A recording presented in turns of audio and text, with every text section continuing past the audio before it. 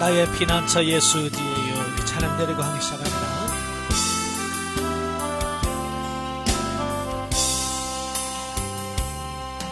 나의 피난처 예수 뒤에요. 나의 피난처 예수 뒤에요. 나의 가는 길에 거센 바람 몰아쳐와도 나의 피난처 예수 뒤에요. 나는 영원히 주님 사랑해요. 나는 영원히 주님 사랑해요. 세상 어떤 나의 사랑 끊을 수 없네. 나는 영원히 주님 사랑해요. 아버지 나를 사랑하시니 나의 모든 것 주께 드려요. 아버지 내가 여기 있으니 주님 영광 위하여 써주세요. 아멘. 기도하겠습니다. 은혜로우신 아버지 감사합니다. 오늘도 우리를 사랑해 주셔서 훈련의 낭송 인도하시고 사도행전 27장의 말씀을 같이 나눌 수 있도록 은혜 주셔서 감사합니다. 오늘도 말씀을 나눌 때 그 말씀들이 살아있는 말씀이요 생명의 말씀이 될 수 있도록 성령님 도와주옵소서. 시종을 맡겨오며 예수님의 이름으로 감사하며 기도합나이다. 아멘. 예, 이 시간에는 우리 사도행전 27장의 말씀을 같이 나눠보겠는데요. 드디어 이제 사도 바울이 로마를 향해서 출발하는 내용이 나와요. 1절부터 8절이 바로 로마 여행의 시작인데요. 본장에서는 드디어 2년 넘게 가이사라의 감옥에 갇혀 있었잖아요. 가이사라 감옥살이를 하다가 그토록 그가 가기를 열망했던 로마로 출발하는 그 내용이 소개되어지고 있어요. 자, 그렇게 된 원인은 사도 바울이 가이사에게 상소를 했죠. 상소한 것이 성취가 돼서 그대로 간 거죠. 왜 사도 바울이 상소를 했냐면 바로 로마 그 유대인들이 사도 바울을 죽이려고 하고 이 베스도 총독도 역시 그 유대인의 눈치를 봐야 되니까 자기를 유대인의 그 사내들인 그 회의다가 내어주려고 하는 어떤 그런 의도를 보였거든요. 예, 그래서 그걸 피하기 위해 어떤 방책으로 그가 가이사에게 상소를 한 거죠.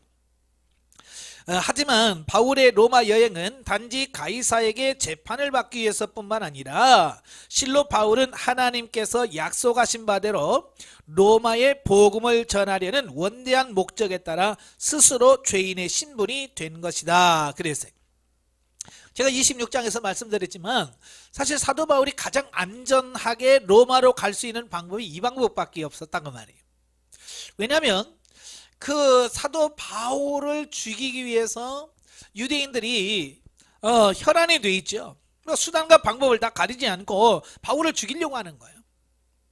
그러니까 베소나 그 아그리빠 왕이 무죄다, 이건 죄가 없다라고 했음에도 불구하고 풀어주지 못하는 이유도 바로 유대인들 때문이거든요. 만약에 그 베스도가 사도 바울의 무죄를 선고하고 풀어주면 가이사랴에 누가 있어요? 유대인들이 이미 깔려 있단 말이에요. 그러니까 사도 바울의 생명이 위독하죠. 자, 그래서 바로 가장 안전하게 로마까지 갈 수 있는 방법이 뭐냐면 바로 로마의 군인들이 사도 바울을 호송하는 거예요. 예. 왜냐하면 유대인들도 로마 정부와 부딪히는 것을 원치 않거든요. 예. 그래서 가장 안전하게 갈 수 있는 어떤 그런 부분이라고 볼 수 있죠. 그래서 로마 군인들이 사도 바울의 생명을 아주 잘 보호해 줍니다. 자, 왜 그럴까? 나중에도 말씀드리겠습니다만은 만약에 죄수를 자기가 책임지고 있는 죄수를 놓치거나 탈출을 하게 되면 그 책임을 누가 지냐면 그 간수, 그 죄인을 호송하는 사람들이 모든 책임을 지게 돼 있어요.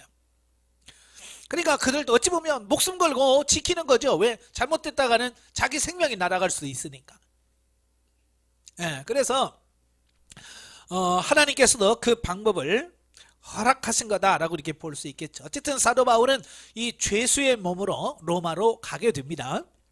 자, 보면은 로마 여행의 서론 부분으로 가이사랴에서 그레데까지 행적으로 바울은 백부장 율리오의 책임 아래 다른 죄수 몇 사람과 함께 가이사랴에서 배를 탄 후 시돈을 거쳐 구브로 해안을 통과하여 루기아의 무라성에 이릅니다. 그리고 그곳에서 다시 알렉산드리아를 출발하여 이탈리아로 가는 배를 갈아타려고 그레데 섬의 미앙이라는 곳에 이르게 됩니다. 자, 이것은 이제 사도 바울이 로마로 가는 그 배 이동 상황에 대한 부분을 쭉 말씀을 드려지는데요. 지금은 다 엔진의 힘으로 배가 움직여요. 그냥 바람의 영향을 그리 많이 받지 않습니다. 자, 그런데 이때만 해도 배라고 하는 것은 뭐냐면 바람을 이용한 범선이에요. 그 옛날 뭐 해적 영화 같은 거 보면 그 돛을 쫙 이렇게 치잖아요. 그러면 바람이 불면 그 바람의 영향을 통해서 이 배가 움직이는 거예요. 그러니까 이 바람의 영향이 굉장히 중요한 거죠. 이 계절에 따라서 부는 바람이 다르죠. 우리나라도 그랬잖아요. 겨울이 되면 저 북쪽에서부터 찬바람이 불어오지. 자, 여름에는 남쪽에서부터 뜨거운 바람이 몰려옵니다. 바로 이 마찬가지로 그때 당시 이 지중해도 이 계절에 따라서 북서풍이냐 동풍이냐 이런 부분에 따라서 이 배의 이동이 쉽냐 어렵냐 이게 결정이 되어지는 거예요. 자, 그래서 지금 이제 사도 바울이 그 로마로 가는 이 방향은 바람을 거슬러 올라가야 돼. 그러니까 바람의 반대 방향으로 가면 바람이 세면 그만큼 빨리 가겠지만 이제는 위로 바람을 거슬려서 올라가야 되니까 이게 얼마나 힘들겠어요. 그래서 그 속도가 느릴 수밖에 없는, 자, 이 부분을 보게 되죠. 그래서 지금 천천히 지금 올라가는 거 있는 거예요. 자, 그 다음에 9절부터 26절까지 보면 광풍 속에서 하나님의 보호 약속이 나와요. 자, 보면은 바울을 호송하던 배가 바울의 충고를 무시하고 항해를 하다가 유라굴로라고 하는 광풍을 만나 위기에 처한 장면이 소개되어지고 있어요. 바울이 탄 배는 어려운 항해 끝에 이 그레데라고 하는 섬에 미항에 도착을 하게 됩니다. 네. 그런데 그 시기가 언제냐면 바로 유대인의 절기인 대속죄일이 좀 지난 때란 말이에요. 쉽게 말하면 겨울철이에요. 그래서 사도 바울은 이런 여행을 많이 했잖아요. 1차, 2차, 3차 전도 여행을 했잖아요. 그러니까 모든 것을 많이 알고 있죠. 그러니까 그때가 이 항해를 하기는 부적합하다라고 하는 사실을 알고 있어요. 물론 이제 사도 바울은 경험적으로도 알겠지만 또 사도 바울은 뭐 하는 사람이에요? 기도하는 사람이잖아요. 자, 기도하다 보니까 성령께서 이런 부분들을 가르쳐 준다는 말이에요. 자, 그래서 그것을 백부장에게 말을 합니다. 예, 그래서 이 미항에서 겨울을 보내자라고 주장을 합니다. 예, 사실 당시의 선박으로는 겨울철에 지중해를 항해한다는 것은 매우 위험한 일이다 그 말이에요. 왜냐하면 겨울철에 지중해는요 강한 북동풍이 불 뿐만 아니라 태풍이 자주 발생해서 당시와 같은 선박은 조난을 당하거나 파손될 가능성이 컸기 때문이다. 아까도 말씀드렸죠. 이 범선이다 보니까 바람의 영향을 많이 받아요. 그리고 지금 바람의 방향이 북동풍이란 말이에요. 그러니까 지금 배하고 가려고 하는 방향이 정반대다 보니까 힘들어요. 뿐만 아니라 이때 당시 또 태풍이 많이 불어오는 시기예요. 자, 우리나라는 이제 언제 태풍이 와요? 주로 여름, 그래서 여름에서 초가을, 그때 태풍이 많이 와요. 자, 왜냐하면 바람이 주로 저 태평양에서부터 남서풍이라고 할까요? 남서풍들이 이렇게 몰려오기 때문에 자, 그런 부분이 있죠. 그런데 겨울이 되면 우리나라에는 태풍이 없어요. 왜냐하면 바람의 방향이 북에서 불어요. 북쪽에는 원래 태풍은 바다에서부터 이게 생기거든요. 바다에서 생기는데 북쪽에는 바다가 없잖아요. 중국이라든지 러시아라든지 큰 대륙이 있어서 북쪽에서는 태풍이 몰려오지 않습니다. 예. 그래서 남쪽에서 바람 불 때 그때 여름이나 초가을에 그때 우리나라에 태풍이 불러지는 것도 마찬가지예요. 자, 여기도 마찬가지예요. 지중해라고 하는 것은요. 북쪽, 동쪽, 남쪽이 막혀 있고 어디만 열리냐면 서쪽만 열려 있는 상태예요. 예. 그러니까 지금 이 서쪽 터져 있는 그쪽에서 뭐가 와요? 예, 바람이 불면 그때 거기서 태풍이 발생하게 되는 거예요. 이렇게 자, 이렇게 계절의 영향을 받을 수밖에 없는 어떤 이제 그런 부분이다라고 하는 거예요. 자, 그런데 문제는 뭐냐?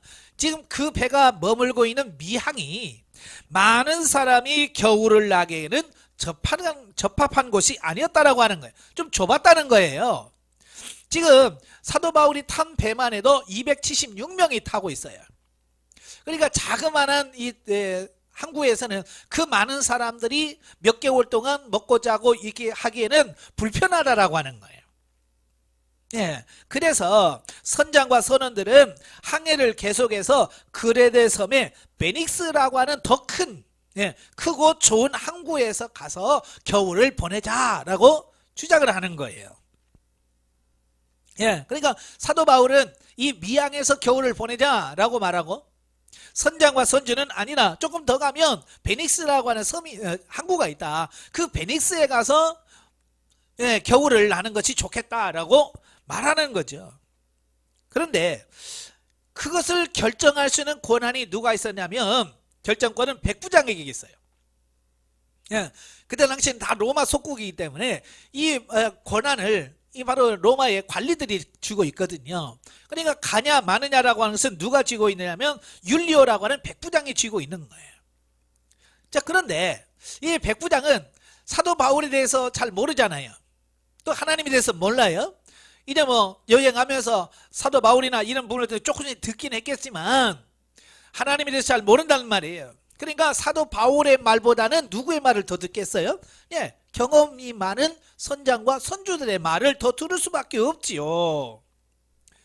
그래서 그들이 요구하는 베닉스로 가기로 결정을 하게 되고 이래 배를 타고 출발합니다. 근데 처음에는 바람이요 아주 순조롭게 잘 불어요. 그러니까 그들이 야 떠나기를 잘했다 그래서 이제 가는 거죠. 근데 문제는 뭐냐면 그 배가 얼마 가지 못해서 유라굴로라고 하는 광풍을 만나게 돼요.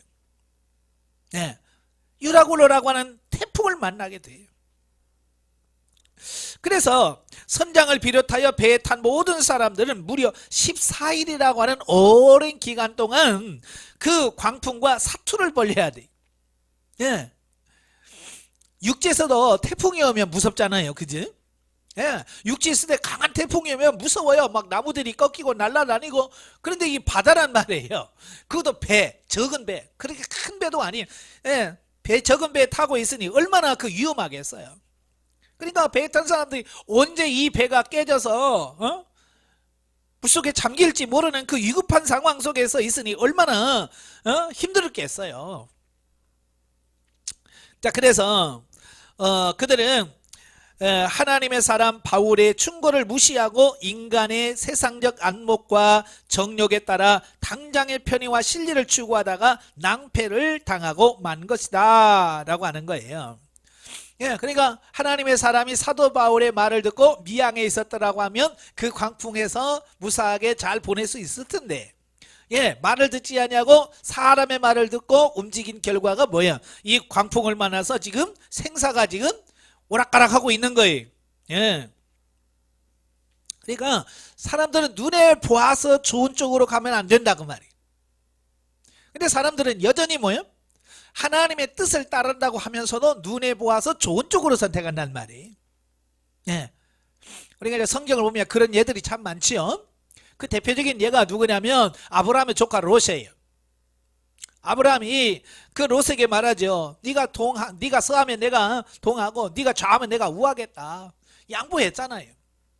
근데 그 롯이 요단 동편 들을 보니까 애굽 땅 같고 에덴 동산 같더라고 말이에요. 너무 좋은 거예요. 그러니까 그걸 선택해서 갔어요. 문제는 뭐예요? 그가 크게 죄악의 도성이에요.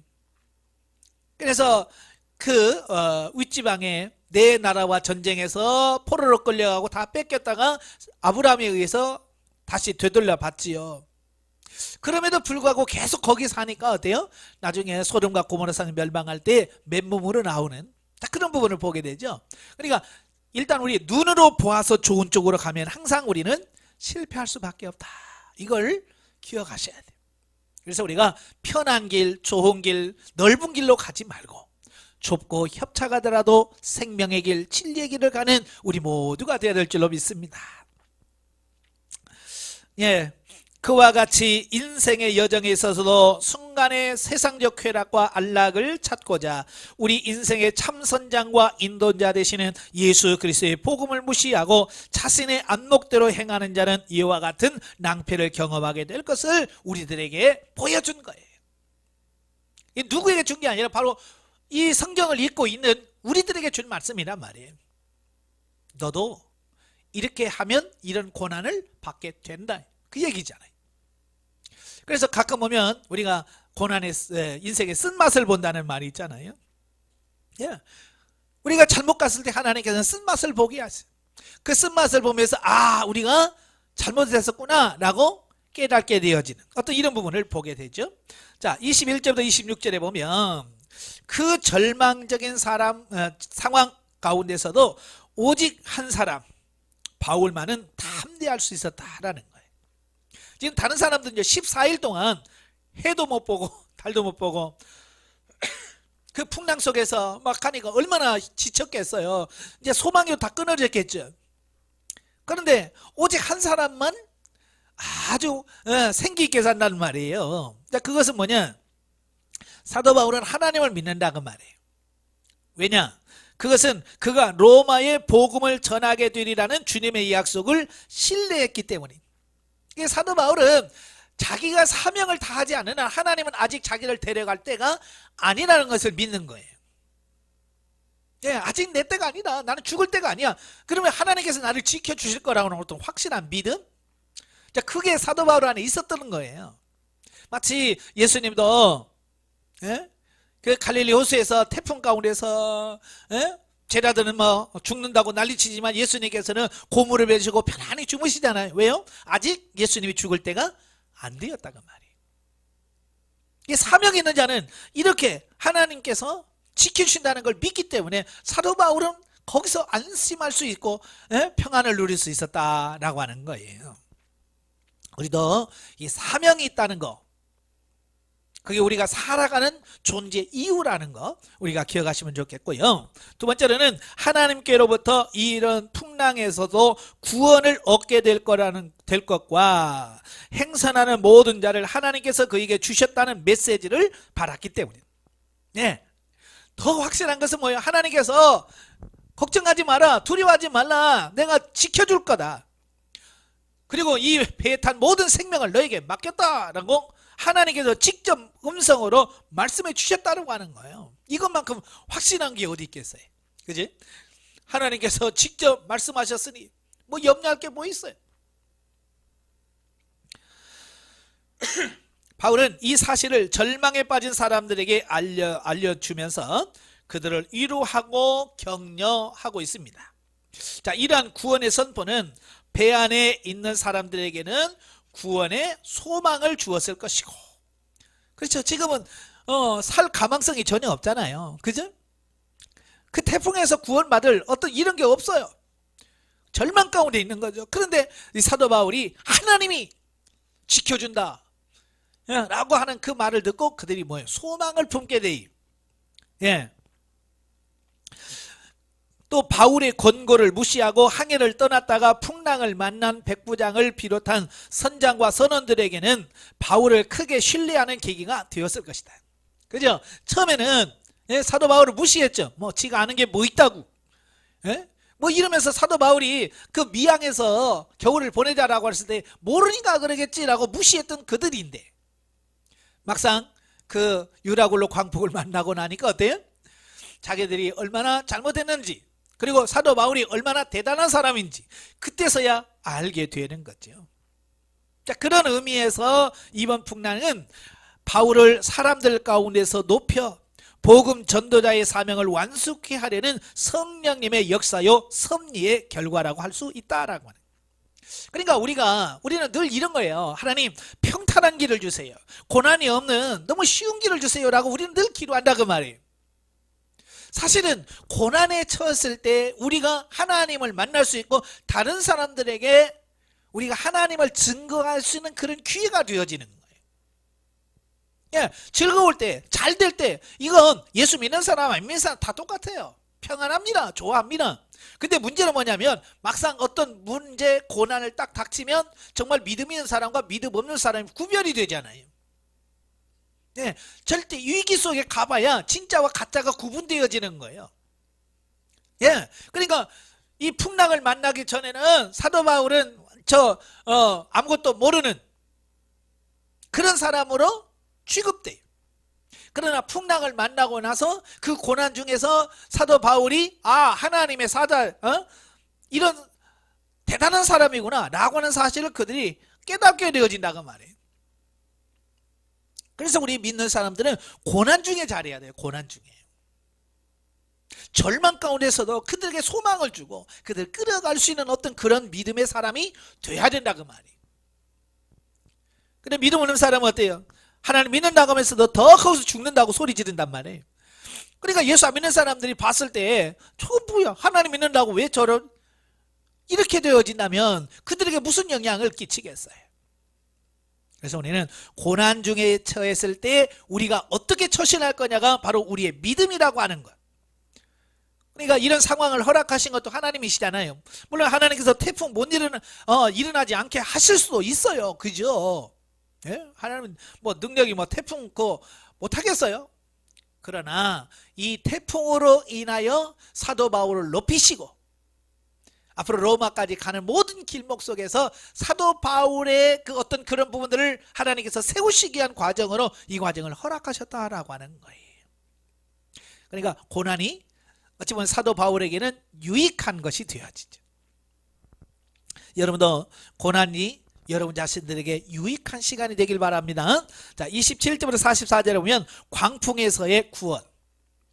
예, 모든 어려움과 고난은요 다 때가 있어요. 끝이 있단 말이에요. 태풍도 여기 14일 동안 태풍이 불었다고 치지만 어쨌든 태풍은 끝나게 돼 있어요. 시간이 문제지.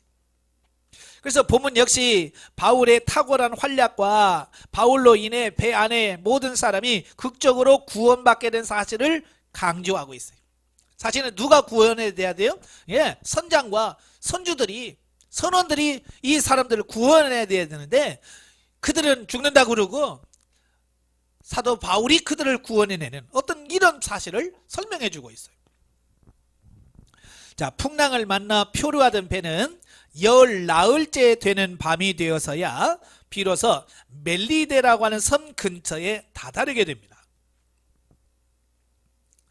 자, 배가 육지에 가까운 것을 눈치챈 선원들은 비겁하게도 자신들만 살고자 하는 욕심으로 배에 싣고 다니는 구명정으로 도망치려고 합니다.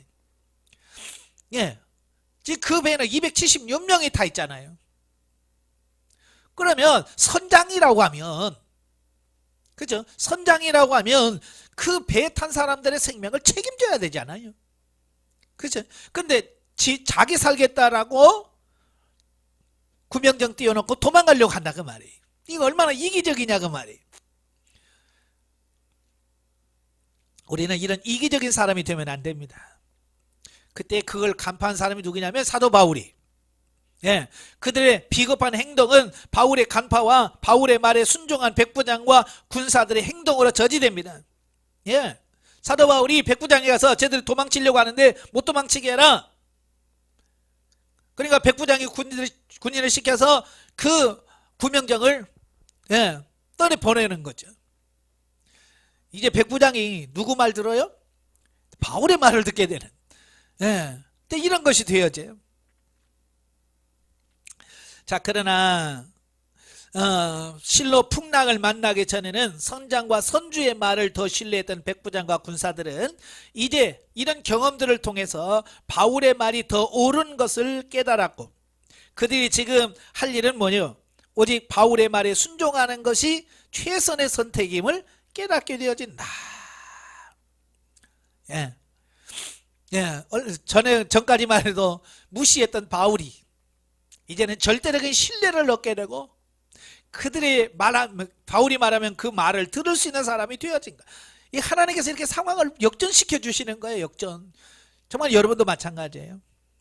직장에 다니는 어디든 여러분이 진실하게 하나님 앞에 바로 서면 하나님께서 여러분 무시했던 사람들에게 존경을 받는 역전시키는 역사가 있을 거예요. 자, 결국 그들의 순종은 자신들뿐만 아니라 배 안의 모든 사람을 살리는 역사가 일어나게 하셨다. 선원들의 도주를 저지한 바울은 사람들을 권하여 음식을 먹게 하고 위로함으로써 소망과 평안을 갖게 하였다. 그랬어요. 그러니까 그동안 14일 동안 배에서 풍랑이 일어났는데요. 그 14일 동안 뭘 먹겠어요? 예? 죽느냐 사느냐인데 음식이 넘어가겠어요? 못 먹었다 그 말이에요. 근데 사도 바울이 이제 이 밤이 되면 구원받을 걸 알고 그 배에 있는 사람들에게 음식을 다 먹으라고 권면하고 있는 것을 보게 돼요. 그러니까 음식을 먹을 만큼 상황이 많이 안정됐다라고 하는 것을 볼 수 있죠. 예, 사람들이 음식을 먹었다는 것은 그만큼 상황이 좋아졌다는 얘기죠. 바울은 비록 죄인의 몸이었지만 많은 사람을 위로하고 권면함으로써 하나님과 함께하는 자에게는 결코 두려움이 없으며 진정한 평안과 안전이 있음을 증거하였다. 예. 참 이런 역사가 하나님이 하시는 거예요. 자, 우리에게도 이런 믿음과 어떤 사도 바울 같은 담대함, 또 이런 게 있어야 돼요. 아시겠죠? 예. 그래서 모든 사람들이 인정하셔야 돼요. 그러니까 고난 중에 있을 때에 사람들로부터 역시 예수 믿는 사람은 달라. 확실히 예수 믿는 사람들은 뭐가 틀려라고 이런 것을 받아내야만 인정받을 수 있는 거예요. 그러니까 여러분의 가정이나 어떤 교회에 정말 고난이 있을 때 그 고난 중에서 넉넉히 이겨가는 모습을 통해서 여러분의 믿음을 실증하시길 바래요. 교회도 마찬가지예요. 교회가 편안하고 좋아봐요. 예, 안 나갑니다. 그런데요, 교회 한번 고난이 한번 싹 들어오면 어때요? 예, 마치 바람에 날려가는 그 쭉정이들처럼 그 고난 속에서 그 교회 안에 있는 쭉정이들은 싹 나갑니다. 예, 그걸 너무 두려워하신 분도 계시는데요. 가끔 하나님께서는 이렇게 쭉정이를 날려버릴 때가 있어요. 왜? 알곡과 쭉정이를 분별하기 위해서. 여러분은 알곡되시기를 바랍니다. 자, 결국 사람들은 날이 새자 육지에 무사히 상륙함으로 모두 구원을 얻게 됩니다. 자, 그런데 여기서 우리가 이제 주목해야 될 사실은 바울에 대한 백부장의 호의였다는 거예요. 즉, 날이 새자 사람들은 배를 육지에 대기 시작했고요. 배가 두 물이 합쳐지는 곳으로 잘못 빠져들어 배는 파손되었기에 군사들은 죄수들이 도망칠 것을 염려하여 모두 죽이려고 하였으나 백부장이 바울을 살리기 위해서 군사들의 행동을 막았는데, 이것은 아마도 백부장은 베스도의 말을 듣고 바울이 죄가 없음을 어렴풋이 알고 있었지만, 더 큰 것은 풍랑 속에서 바울을 겪은 뒤로는 그가 무지하다는 사실과 진정한 하나님의 사자라는 사실을 그가 깨달은 듯하다 그 말이에요. 그럼 왜 그 배에서 그 죄수들을 죽이려고 했는가라고 하는 거예요. 자, 아까도 설명드렸지만 예나 지금이나 항상 비리라고 하는 것이 존재하잖아요. 비리. 그러니까 죄수들을 지키는 간수들에게 돈 좀 주고 뭐 하면 이 간수들이 그냥 풀어주고 놓아주는 어떤 그런 일들이 역사적으로 많았어요. 이 로마 시대도 그게 문제예요. 너무 넓은 제국에 살다 보니까 뭐 이런 사람 저런 사람 없지 않겠어요? 예. 그러니까 이 질서가 안 잡히면 안 돼요. 그래서 로마는 아주 강력한 법을 만들었는데 그게 뭐냐면 죄수를 지키는 간수가 뭐 돈을 받든지 어떻든지 해서 예? 그 죄수를 놓치면 그 죄수가 받아야 할 형벌을 간수가 받는 법이 있었어요. 그러니까 간수 만약에 사형을 당할 죄수인데 놓쳤다. 그러면 대신 사형을 당하는 거예요. 그러니까 이 간수들은요, 이 죄수들을 맡으면 진짜 거기에 대해서 자기 생명을 걸 수밖에 없는 이유가 그거예요. 내가 이 죄수 놓치면 내가 그 형벌을 받아야 돼. 근데 그 형벌을 면하려면 어떻게 해야 돼요? 이 특별한 경우 같은 경우는 내가 그 죄수를 도망쳐서 내가 처형했다라고 하는 어떤 그런 걸 갖고 있어야 자기가 형벌을 면한단 말이에요. 예, 그래서 아마 이 군사들은 쉬운 방법이 뭐예요? 그냥 죽이고, 예, 죽이고 죽였다고 하는 머리만 이렇게 갖고 간다든지 뭐 이런 거 있잖아요. 그냥 이래서 도망쳐서 내가 죽였습니다. 그러면 자기는 잘못은 없단 말이에요. 그러니까 그 쉬운 길을 선택한 거예요. 근데 백부장은 그렇게 했다가는 바울까지 죽인단 말이에요. 누구는 죽이고 누구는 안 죽이면 안 되잖아요. 그래서 이 백부장이 바울을 살리기 위해서 안 된다. 너희 중에 헤엄칠 수 있는 사람 있으면 먼저 가라. 그래서 군인 중에서 헤엄칠 줄 아는 사람 먼저 건너가고 헤엄 못 치는 사람은 나중에 죄수들과 이렇게 쭉 건너가서 도망치지 못하도록 이런 방법을 썼다라고 하는 거예요. 그것은 이제 율리오가 이제 바울에 대해서 그만큼 신뢰하게 됐다. 이걸 말씀해 주고 있어요. 물론 백부장의 일한 호의는 긍정적으로 로마 전도를 위해 바울을 계속적으로 인도하시는 성령님의 역사로 말미암는 것임은 두말할 나위가 없다. 그러니까 어쨌든 성령님께서는 사도 바울이 로마까지 가야 되고 로마에 가서 복음을 전해야 되고 하나님의 나라를 세워야 돼. 그 사명이 있기 때문에 성령께서 바울 주변의 이 모든 것들을 이렇게 역사하셨다라고 이렇게 보면 되겠어요. 예. 그래서 바울이 이제 무사히 그 로마에 도착하는 이런 부분들을 보게 되죠. 자, 여기서 이제 성경 계시 발전사적 이해를 보겠습니다. 자, 오늘은 이제 구원이라고 하는 부분을 같이 보죠. 마태복음 22장에서 할 때 제가 이 계시발전사적으로 이 구원에 대한 부분을 한번 살펴본 적이 있어요. 자, 구원이라고 하는 것은 이제 육적 구원, 그다음에 영적 구원, 종말론적 구원에 대한 부분이라고 말씀을 드렸어요. 보통 보면 이 구원이라고 하면 어떤 고난, 환난 속에서 우리를 구원해 주시는 거, 건져 주시는 거, 이걸 구원이라고 성경에는 똑같이 표현하고 있어요. 그래서 대부분 이제 육신적인 어떤 이런 부분에 초점을 맞춰요. 그런데 우리는 이제 영적 구원에다가 초점을 맞춰야 되고, 정말 중요한 것은 뭐냐면 종말론적 구원이에요. 이거 뭐예요? 새하늘과 새 땅에 들어갈 수 있는 구원이 이게 진짜 구원이다. 자, 이걸 마태복음 22장에서 말씀을 드렸고요. 자, 오늘은 같은 구원인데도 이 방향을 좀 약간 달리해서 살펴보려고 그래요. 자, 구원이라고 하는 말은 히브리어로 야샤, 헬라어로는 소테리아라고 말합니다. 자, 이건 무슨 뜻이냐면 국가적으로나 개인적으로 위기 가운데 건져주시는 하나님의 능력을 나타낼 때 이런 단어를 씁니다. 그러니까 국가적으로 어려울 때 나중에 다 설명드려요. 또 개인적으로 어렵고 정말 죽을 상태인데 하나님께서 전적으로 그를 구원해내시는, 건져주시는, 이걸 구원, 야샤 또는 소테리아라고 표현한다고 말입니다. 예. 그러니까 이 성경에 구원이라고 하는 말이 신구약 성경에서 577번 나옵니다. 예. 그러니까 성경이 66권이잖아요. 66권이니까 최소한 한 권에 10번 이상 구원이란 말이 있다라고 하는 거예요. 그만큼 성경은 뭐예요? 구원에 대한 책이에요. 구원. 구속사에 대한 책이에요. 자, 즉 구원은 영육간의 원수로부터 구출을 의미한다. 예. 그래서 성경에 보면 이런 이제 구원에 대한 여러 부분들이 많이 나와요. 이게 대표적인 것만 그 9가지를 보게 되어지는데요. 자, 첫째가 이제 신명기 20장 4절이에요. 전에도 살펴봤지만 신명기 24절에 보면 하나님께서 이스라엘 백성들을 전쟁 가운데서 지켜주시는 이 부분을 보게 돼요. 신명기 24절에 보면 너희 하나님 여호와는 너희와 함께 행하시며 너희를 위하여 너희 적군과 싸우시고 구원하실 것이다. 적군과 싸워, 이건 전쟁이죠. 전쟁 가운데서 하나님께서 그들을 구원하실 거다. 그러니까 하나님은 전쟁에 능하신 분이시지. 네. 하나님은 용사, 전쟁에 능하신 분.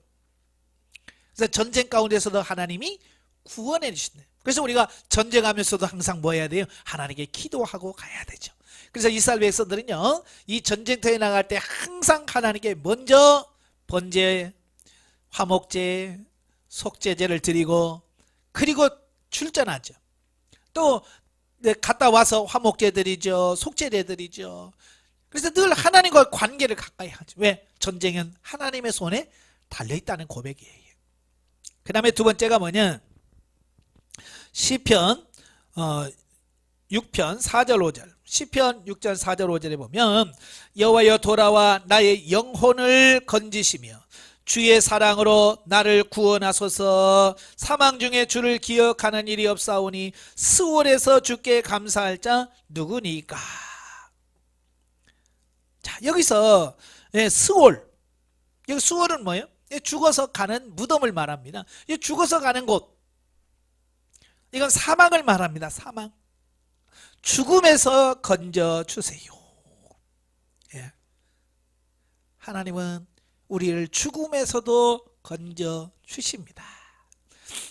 이미 부활에 대한 말씀을 할 때에 그 야율의 딸, 또 나인성 과부의 아들, 또 나사로, 자, 이런 부분들을 살려주잖아요. 그죠? 자, 이런 부분을 통해서 하나님은 사망에서도 우리를 건져내시는구나. 자, 그걸 알 수 있게 돼. 그 다음에 시편 22편 21절에 보면 나를 사자의 입에서 구하소서. 주께서 내게 응답하시고 들소의 뿔에서 구원하셨나이다. 사자의 입과 들소의 뿔, 이건 뭐예요? 죽음과나 마찬가지인 어떤 그런 상태를 말하죠. 사자의 입, 짐승의 왕, 사자 입에서 누가 살아날 게 있어요? 없어요? 없죠. 예, 들소의 뿔, 막강한 힘이 있죠. 그런데 그 속에서도 하나님이 구원해 주실 거다. 그 다음에 시편 59편 2절에 보면 악을 행하는 자에게서 나를 건지시고 피 흘리기를 즐겨하는 자에게서 나를 구원하소서. 이 악한 자들의 손에서 하나님은 구원해 주신다. 그 다음에 이사야 38장에 보시면 이사야 38장 22절에 보면 히스기야가 그러지요. 이사야가 이르기를 한 뭉치 무화과를 가져다가 종초에 붙이면 왕이 나으리다. 예, 히스기야는 죽잖아요. 그죠? 하나님께서 죽는다고 했으니까. 그런데도 하나님께서 어떻게 다시 이사야 선지에 가서 그가 낫는다고 해라. 그 15년 동안의 생명을 연장시켜 주겠다 그러죠. 예, 히스기야의 그 질병에서 하나님께서 어떻게 건져내셨어요. 또 마태복음에 보면 마태복음 9장 21절에 보면 이는 제 마음에 겉옷만 만져도 구원을 받겠다 함이니라. 혈루증 앓는 여인의 믿음에 대해서 말씀하잖아요. 이런 질병, 그가 오랜 동안 혈루증으로 고생하던 그가 예수님의 옷자락 한번 만져서 어떻게 치유했잖아요. 그러니까 질병에서 치유하시는 하나님, 질병에서 구원해 주시는 하나님. 자, 그 다음에 예레미야 30장 7절에 보면 슬프다 그날이여 그와 같이 엄청난 날이 없으리라. 그날은 야곱의 환난의 때가 되미로다. 그러나 그가 환난에서 구해야 함을 얻으리라. 예, 우리가 당하는 여러 환난에서 하나님께서 우리를 건져주신다. 또 마태복음 1장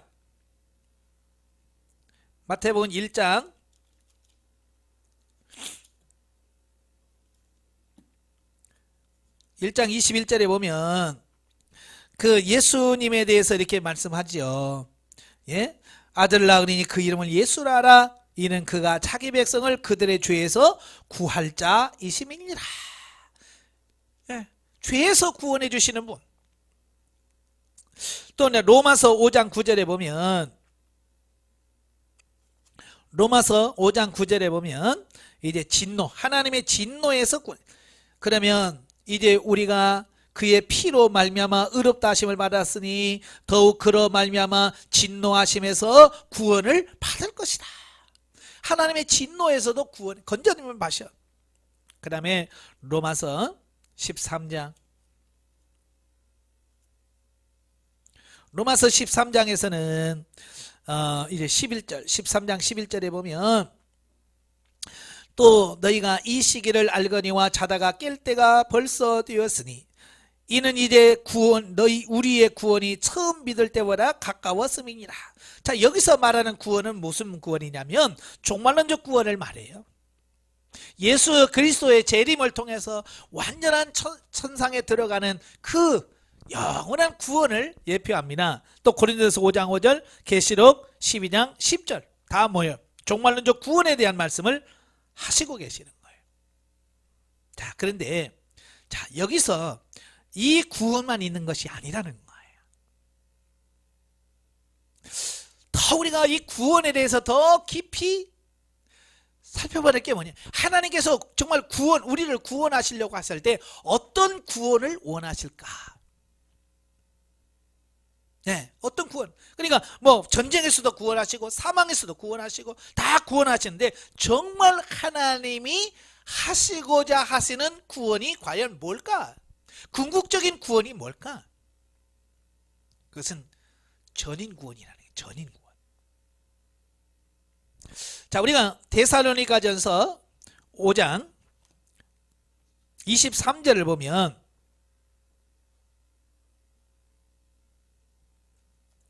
데살로니가전서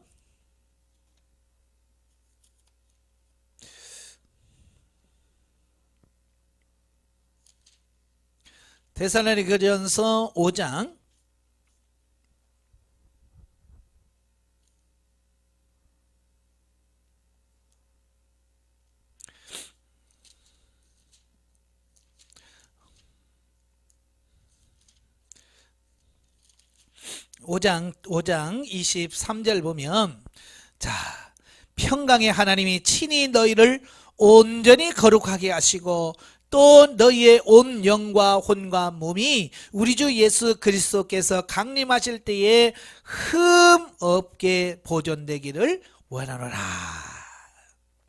자, 여기서 무슨 말씀을 해요? 너희의 온 영과 혼과 몸이라는 말을 해요. 그러니까 우리는 지금까지 어떤 문제에서 구원받고 내 영혼이 구원받고 어떤 여기까지만 미친단 말이에요.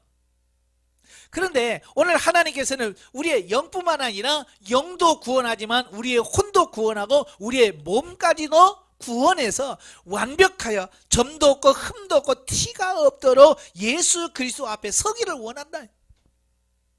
자, 이야기를 하고 있는 거예요.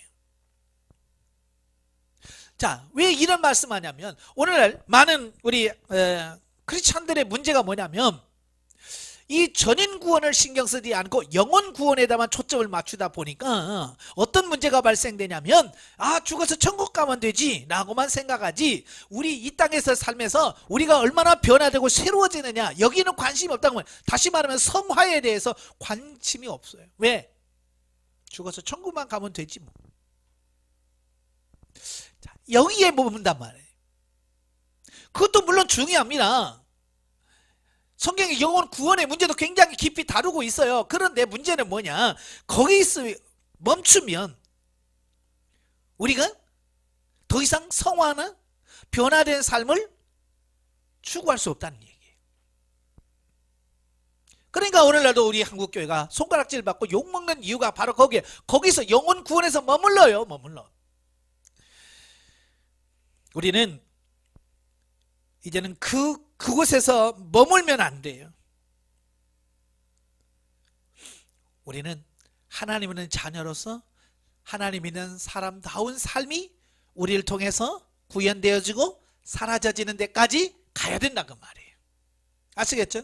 그러려고 하다 보니까 전인 구원을 생각할 수밖에 없는 거예요. 자, 그래서 전인 구원이라고 하면 첫째로 영의 구원을 말합니다. 영의 구원 필수적인 거죠. 자, 요한복음 3장 5절에 보면 니고데모에게 예수님께서 이런 말씀을 하셔요. 예수께서 대답하되 진실로 진실로 내게 이르노니 사람이 물과 성령으로 나지 아니하면 하나님의 나라에 갈 수 없다. 바로 이게 거듭남. 이 영혼의 거듭남은 뭐야? 영의 거듭남, 영의 구원을 말하죠. 거듭났다, 중생했다. 그 영은 뭐예요? 중생한 영은 틀림없이 하나님의 나라에 갑니다. 네, 영은 가요. 그래서 우리가 거듭난 부분은 굉장히 중요한 거예요. 예, 그래서 우리가 복음을 전해서 하나님 알지 못하는 자들에게 복음을 전해서 예수 그리스도를 믿게 하고 그들이 영접해서 하나님의 자녀가 되게 하는 건 매우 중요한 겁니다. 그러나 거기서 멈추면 안 된다 그 말이에요. 그 다음 단계로 넘어가야 돼요. 그 다음 단계가 뭐냐? 몸의 구원을 말합니다. 몸의 구원. 몸의 구원과 혼의 구원에 대한 말씀이에요. 자, 먼저 혼의 구원을 먼저 보겠습니다. 자, 베드로전서 1장 9절.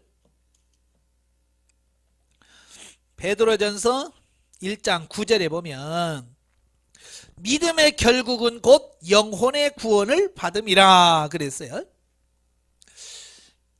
이 우리 한국의 개정판이라든지 개정개혁을 보면 이 영혼과 혼에 대한 구별이 없어요.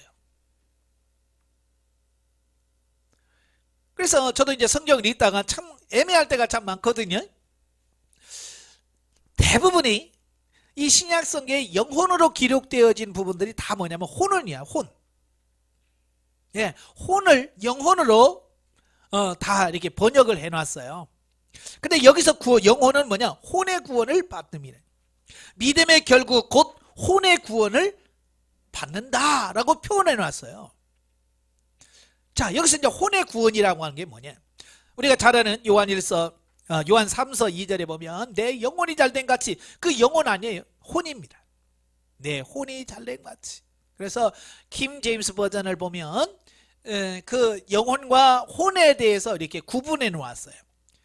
예, 그러나 이분서를 주장하는 분들이 이 개정 계획판을 번역을 하다 보니까 영혼과 영과 혼에 대한 구별이 약간 애매할 때가 많아요. 왜냐하면 그분들은 그걸 구분하지 않기 때문에.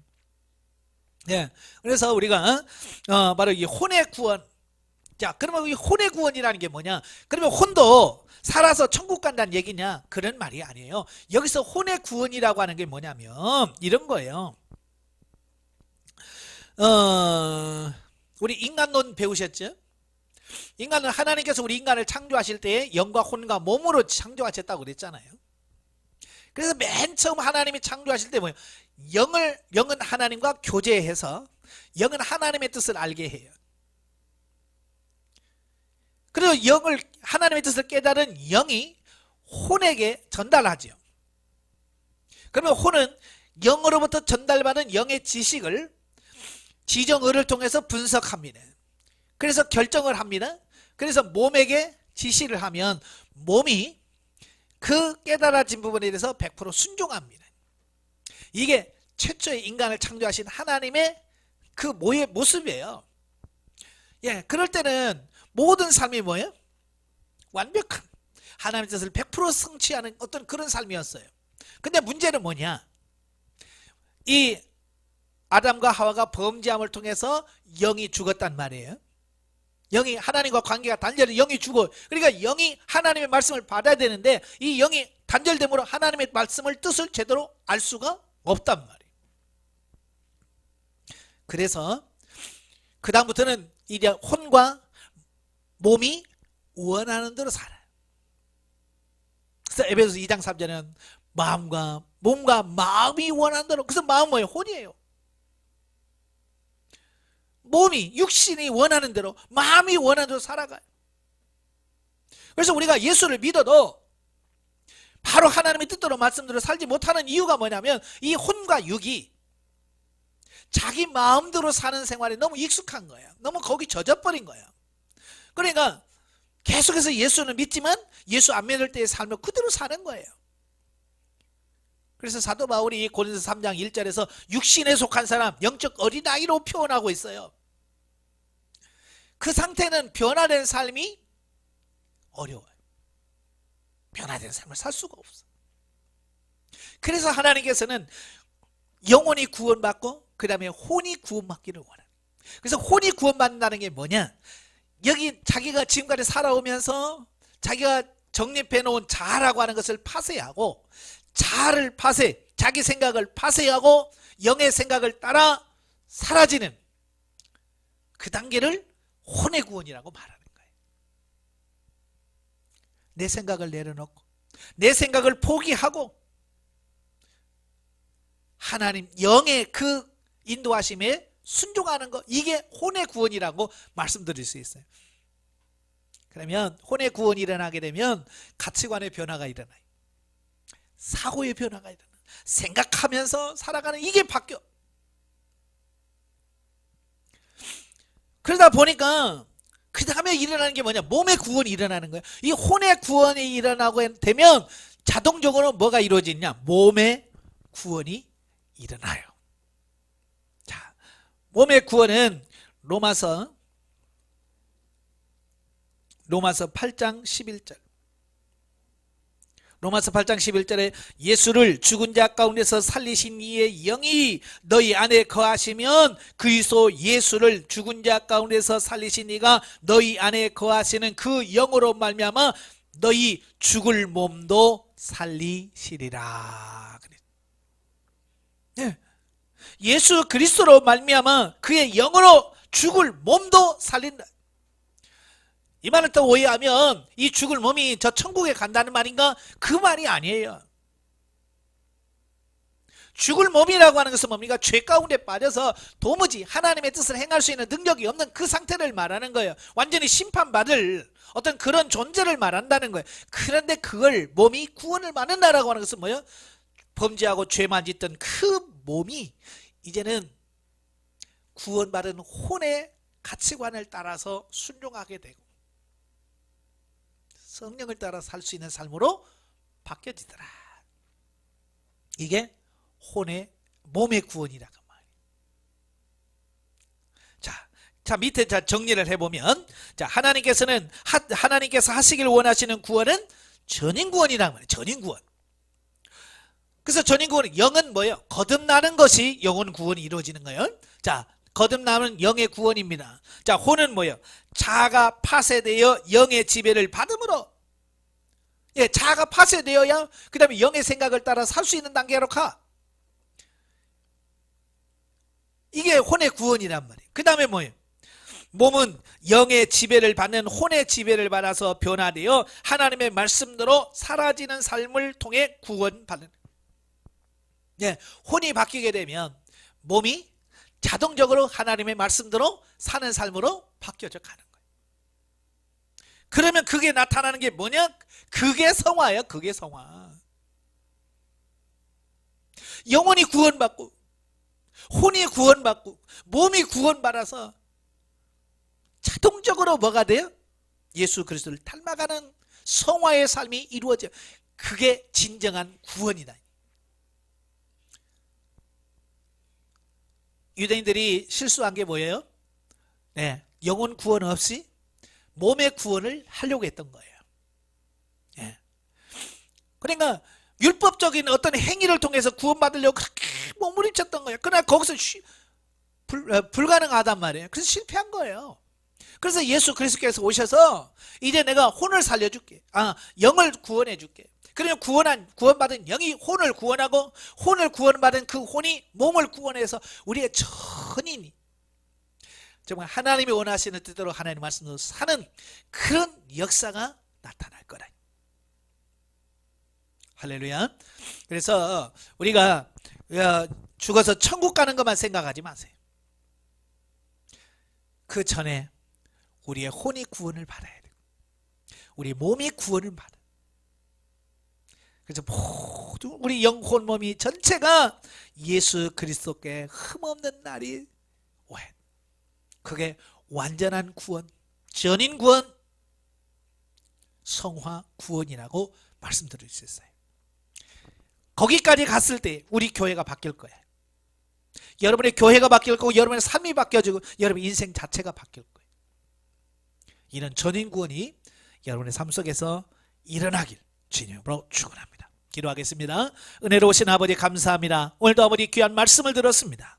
우리가 그동안 영혼 구원이란 말을 많이 들었고 어떻게 하든지 예수 믿고 구원받게 하려고 많이 노력했습니다. 그러나 그들의 삶은 여전히 육신적인 삶에 머물러 있어서 하나님의 영광을 가리울 때가 많이 있었습니다. 그러나 이제 하나님께서 원하시는 구원은 단순히 우리의 영혼만 구원받는 것이 아니라 우리의 몸도 우리의 혼도 구원받아서 전적으로 하나님 앞에 새로워지는 성화 구원까지 가기를 원하신다는 사실을 기억하게 하옵소서. 정말 하나님 앞에서 영혼 몸이 온전하게 변화되는 귀한 역사가 있도록 도와주시옵소서. 예수님의 이름으로 감사하며 기도합나이다. 아멘.